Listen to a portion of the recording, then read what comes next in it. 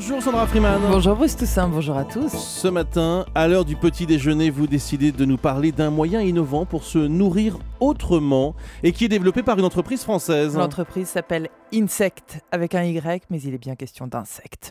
Son projet, c'est de nourrir la planète avec des mouches. Alors attention, pas en gobant des mouches, mais plus exactement avec des larves de mouches qui vont permettre de produire de la farine destinée à l'élevage en substitution aux farines de poisson ou de soja aujourd'hui utilisées. Concrètement, comment ça marche ? D'abord, cette entreprise a fait le constat que certains éleveurs européens nourrissent leur bétail avec du soja ou des céréales qui sont importés.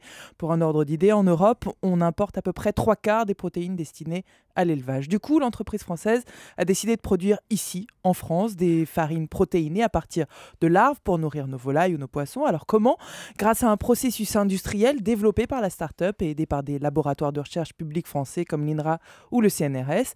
Il projette de lancer dès 2014 un prototype de bio-raffinerie, c'est-à-dire une usine à reproduire les insectes.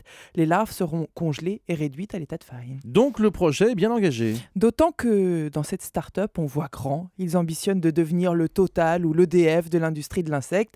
Il faut dire qu'aujourd'hui, le besoin est là.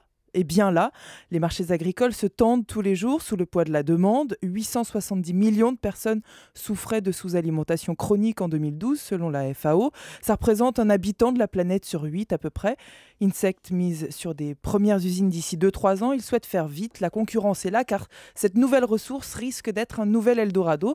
Ça pourrait même devenir un aliment directement pour l'homme à terme en Occident.